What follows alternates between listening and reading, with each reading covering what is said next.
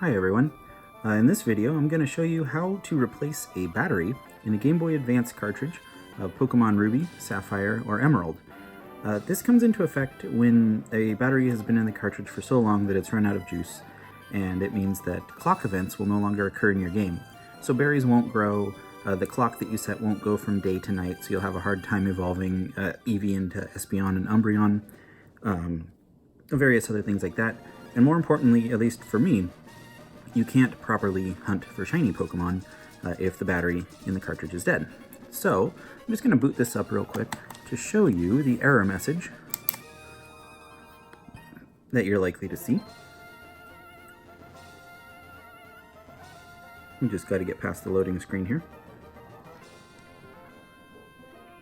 So you'll get this message right here that the internal battery has run dry. Now fear not, because as it says, you can still play your game. So if you don't really care about that stuff, you can still run through all the way start to finish. So there we go. That's the error that we're going to see. Now before we jump in, gather your materials is always the first step.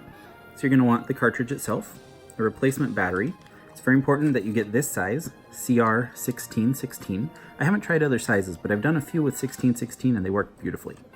We're going to do this without soldering anything, so we're going to need some tape to hold it in place and scissors just to cut the tape.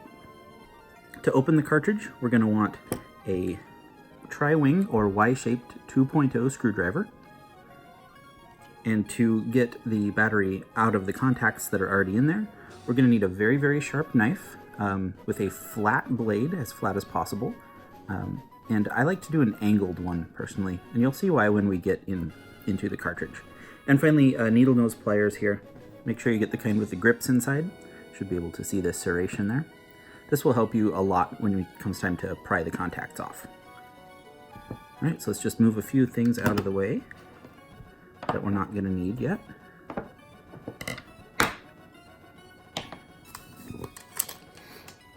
So, step one is to open your cartridge. Flip it over to the back, take your Y-wing screwdriver, and this screw should come out fairly easily. Don't apply too much pressure, you don't want to break anything. There we go, it's come right out for me. Flip the cartridge back over, and if you notice along the top there's this ridge. I don't know if you can see that very well, but it separates the cartridge in half. So you're going to want to take and push on just the top half of that until it slides down just a little bit. You'll kind of hear it click. I'll do that again. I don't know if you can hear that. My phone camera and microphone might not be the best. But anyway, once it's slid down, then this part just lifts straight up and off. I find this makes an excellent little tray, so I like to store the screw in there and put it aside so I don't lose that tiny little screw. Now, next thing to do is I don't like to leave the plastic housing on here. The circuit board is now completely loose, so it'll just fall right out. Now, this cartridge has had some trouble booting a time or two, and I notice why. It's kind of gross. There's some corrosion. So I'm going to clean this, but not on the video, so I won't bore you with that detail. So go ahead and set the rest of the housing aside. And you'll see, here's our battery. It's very important to note that the minus or negative terminal is face up. Remember that. That's going to be really, really important. So, set the screwdriver aside as well. Take our sharp knife and be very, very careful. This is easy to slip and cut your finger. Don't do it. You're going to want to come in and gently pry underneath this contact. I like to go as far down as I can on each side.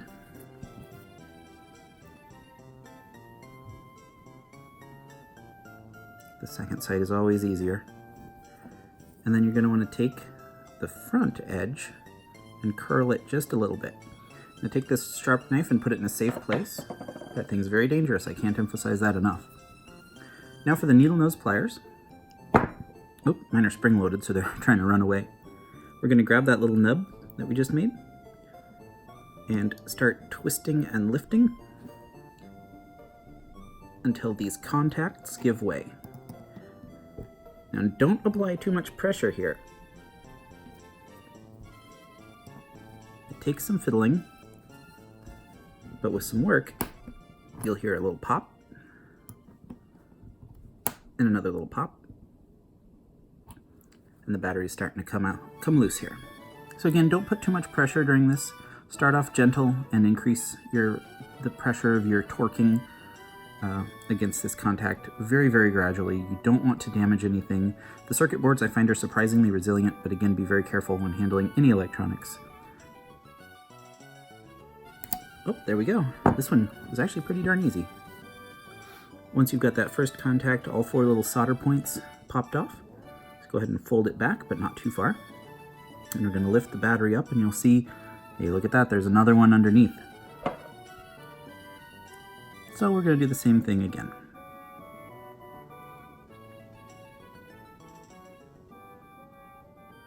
Again, be extremely cautious with your sharp knife. This one you don't have as much leverage to work against as when the battery was flat against that other surface. So it's very, very easy for the knife to slip at this point. So be extremely cautious of your fingers.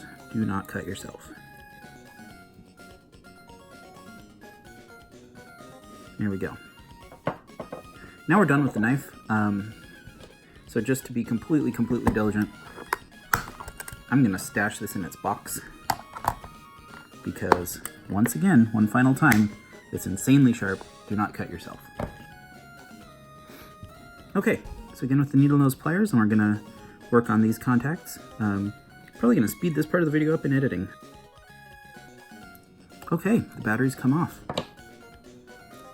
So again, remember the minus contact is up, the negative side is up. So the battery now we can just toss. I actually encourage you to look into local recycling programs and see if you can recycle your battery rather than just trash it. So now we're going to take this contact, and I like to take my pliers and try to flatten it as much as I can, just so we get good contact with the battery later. Anyway, take this contact, fold it down. This is going to sit just above this big old microchip here. Now we'll take our battery and open it. There it is. Disposing of the packaging properly, of course. Now on these batteries, I use Energizer. You can use whatever brand you like. I'm not supporting any one brand over the other. I've noticed you can only see a plus on the positive side. So hopefully my camera's picking this up. Usually the negative terminal is kind of textured or bumpy, so look for that. Now I'm going to show you this, but we're going to take this battery off in a second. So basically the battery's going to sit like this on this terminal, and we're going to fold the other one down on top of it. But this is where the tape comes into play. So take a bit of electrical tape, not too much, not too little. I sometimes have to do this more than once, so don't feel bad if you do. And I've replaced several of these batteries. Alright, scissors and tape are done and out of there. You're going to want to take your electrical tape, gently fold this contact up again. You're going to want to insert that electrical tape underneath both contacts.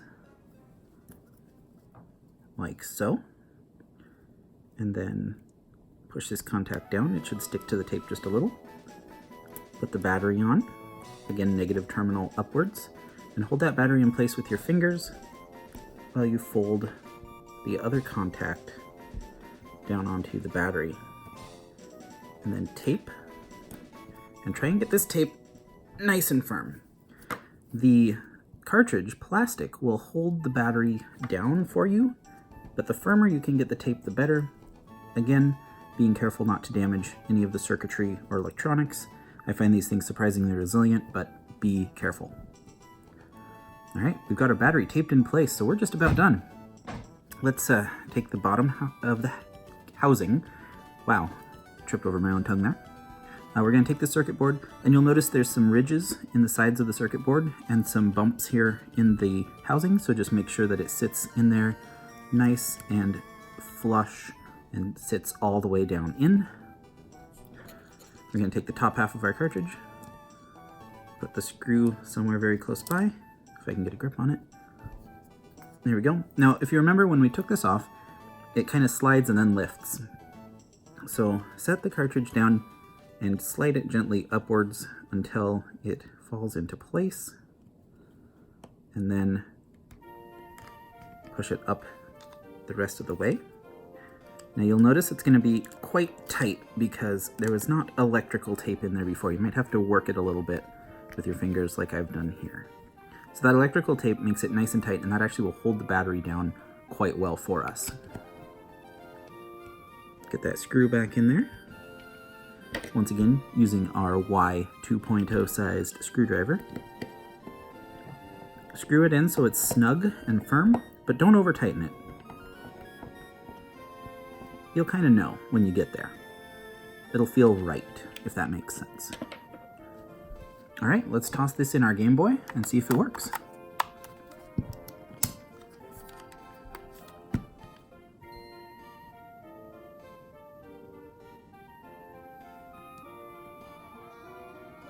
Here's the moment of truth. Right to the new game screen. So that means we did not see the internal battery has run dry this time.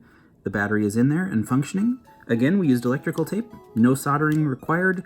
Just a little bit of care and caution with the sharp knife. And with the tape and everything, the electronics, always be careful with those. Yeah, hope you like this video and I hope it helps you out. Thanks guys, we'll see you another time.